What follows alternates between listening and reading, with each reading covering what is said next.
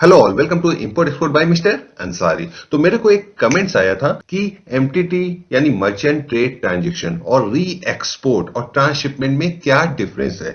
क्योंकि अगर आपको ये पता ही नहीं होगा कि डिफरेंस क्या है तो आप कैसे समझोगे इसके कॉम्प्लेक्सेस कैसे अलग हैं, कहां पर क्या यूज होता है। तो इसीलिए मैं एक शॉर्ट वीडियो लेकर आया हूं जिससे आप समझ सको कि इन तीनों में डिफरेंस क्या है। वीडियो थोड़ा शॉर्ट होगी, मैं जल्दी जल्दी आपको इजिली तरीके से समझाने की कोशिश करूंगा। तो चलते हैं अपनी पहली स्लाइड पर। तो इस सिंगल स्लाइड में हम तीनों चीज को समझने की कोशिश करेंगे। बिल्कुल ध्यान से समझिएगा, मैं धीरे धीरे चलूंगा। सपोज करिए ये जो भाई साहब हैं यहाँ पर, ये है एक्सपोर्टर। ठीक है, आप हो यहाँ पर अपने आप को ले लेना। और ये जो मैम है यहाँ पर, वो इंपोर्टर है। वो कहाँ पर है? जर्मनी में है। किसी भी कंट्री में हो सकते हैं, मैंने जर्मनी का एग्जाम्पल लिया। और ये जो एक्सपोर्टर है वो इंडिया में है। अब सपोज करिए इनके पास ये जो शिपमेंट है, ये इसको डिस्पैच करते हैं डायरेक्टली। क्या करते हैं? डायरेक्टली इसे डिस्पैच कर देते हैं। तो यहां पर क्या होगा? ये एक्सपोर्ट होगा। करेक्ट है? बिल्कुल इजी है। ठीक है। दूसरा आता है दूसरे कंडीशन में। अब ये जो सामान है ये इनके पास नहीं है, एक्सपोर्टर। ये एक नेपाल में बंदा है, उससे ये खरीदेंगे। उससे ये खरीदेंगे और उसके बाद उसको इस कंट्री में इंपोर्ट करेंगे, इंडिया में। इंडिया में इंपोर्ट करने के बाद इसको यहां से भेज देंगे। तो यहां पर क्या हो गया? आप देखोगे वो सामान जो आया और आने के बाद तुरंत चला गया, तो इसको आप क्या कहोगे? री एक्सपोर्ट। इंडिया के जो पोर्ट है वहां पर टचअप हुआ। हो सकता है उसमें कुछ आपको चेंजेस करना हो। अगर आपको चेंजेस करना होता है तो आपके जो पोर्ट है वहां तक लाना पड़ता है। तो वहां से कुछ चेंजेस वगैरह आप कर सकते हो। उसके बाद आप उसको डिस्पैच कर दोगे। मतलब कि सामान डायरेक्टली नेपाल से जर्मनी नहीं गया, पहले इंडिया आया। तो इस कंडीशन में हम क्या कहेंगे? री एक्सपोर्ट हो गया। ठीक है। उसके बाद नेक्स्ट आता है, सपोज करिए ये जो नेपाल वाला बंदा है, इन्होंने क्या किया? डायरेक्टली अपने जो शिपमेंट है वहां से इसको डिस्पैच कर दिया इनके पास जर्मनी में। मतलब कि बेचने वाला भले ही ये बंदा है, लेकिन जो शिपमेंट जा रहा है वो डायरेक्टली यहां से चला जा रहा है। तो वहां पे जो डॉक्यूमेंट्स है वो स्विच हो जाते हैं, वो इनके हो जाएंगे।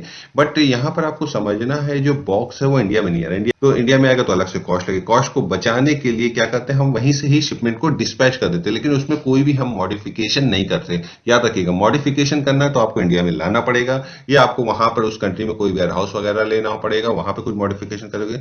नहीं तो आप डायरेक्टली सेल नहीं कर सकते। ठीक है। तो यहां पर जो ये डायरेक्टली सेल कर रहा है, इंडिया में नहीं आ रहा है, इसे कहेंगे MTT, merchant trade transaction. Merchant trade transaction के जो कॉम्प्लायंसेस हैं, जो रूल्स हैं, वो थोड़ा डिफरेंट हो जाते हैं। मैंने उस पर वीडियो बनाई हुई है, मैं लिंक दे दूंगा डिस्क्रिप्शन में। आप उस पर जाके भी देख सकते हो मर्चेंट ट्रेड ट्रांजेक्शन किस तरीके से वर्क करता है। ठीक है। अब नेक्स्ट आता है ट्रांसशिपमेंट। आप री एक्सपोर्ट समझ गए, अब ट्रांसशिपमेंट को समझिए। ठीक है। ट्रांसशिपमेंट किसी भी तरीके से हो जाता है, एक्सपोर्ट इंपोर्ट के अलावा। आप नॉर्मल तरीके से, कि मतलब अगर सपोज करिए ये जो शिपमेंट है ये जाना है जर्मनी। कहाँ जाना है? जर्मनी। पर यहां से कोई भी डायरेक्ट फ्लाइट नहीं है, या कोई भी डायरेक्ट वेसल नहीं है। तो आप क्या करना चाह रहे हो? आप यहां से यहां तक का बुक करोगे, सिंगापुर तक का। तो शिपमेंट यहां पर आया, एक बीएल रेस हुआ। ठीक है। टचअप नहीं मैं बता रहा हूं, मैं डायरेक्टली एक ही बीएल की बात कर रहा हूं। उसके बाद यहां पर वो शिप से उतरा, दूसरी शिप यहां से लेके यहां तक कनेक्टिविटी जो थी उस पे गया। तो यहां से यहां के बीच में दूसरा बीएल आ गया, दो बीएल आ गया। तो यहां पे क्या हो गया? शिपमेंट जो है एक जगह से उतर के, एक कंट्री से उतरने के बाद दूसरे कंट्री में भी टच कर रहा है, और उसके बाद शिप बदल रही है, नया बीएल जनरेट हो रहा है। नया बीएल जनरेट हो रहा है, उस कंडीशन में हम कहेंगे ये ट्रांसशिपमेंट है। सेम चीज होगा एयरपोर्ट में भी। अगर डायरेक्ट फ्लाइट नहीं है और आप किसी के वाया जाते हो तो उस कंडीशन में आपका ट्रांसशिपमेंट कहलाता है। सेम अगर आप यहां पे भी आप समझो कि अगर मर्चेंट ट्रेड के ट्रांजेक्शन की बात, तो मर्चेंट ट्रेड में भी सेम। अगर इसने डिस्पैच करना है जर्मनी, लेकिन पहले ये क्या किया? चाइना डिस्पैच किया, चाहे by air by sea. China से डायरेक्ट फ्लाइट है जर्मनी के लिए, और वहां से शिपमेंट डिस्पैच हो गया। तो यहां पर भी दो एयरवे बिल या दो बीएल लग रहे हैं, तो इस कंडीशन में भी आप कहोगे ट्रांसशिपमेंट। ठीक है। अब ट्रांसशिपमेंट का ये हो गया। अब ट्रांसशिपमेंट यूज कहां होता है? देखिए, आप जब एलसी का शिपमेंट करोगे, एलसी के शिपमेंट में आप देखोगे एक क्लॉज लिखा होता है, 49 के आसपास रहता है। क्लॉज में लिखा होता है ट्रांसशिपमेंट अलाउड और नॉट अलाउड। ये आपको जनरल सारे एलसी में मिलेगा।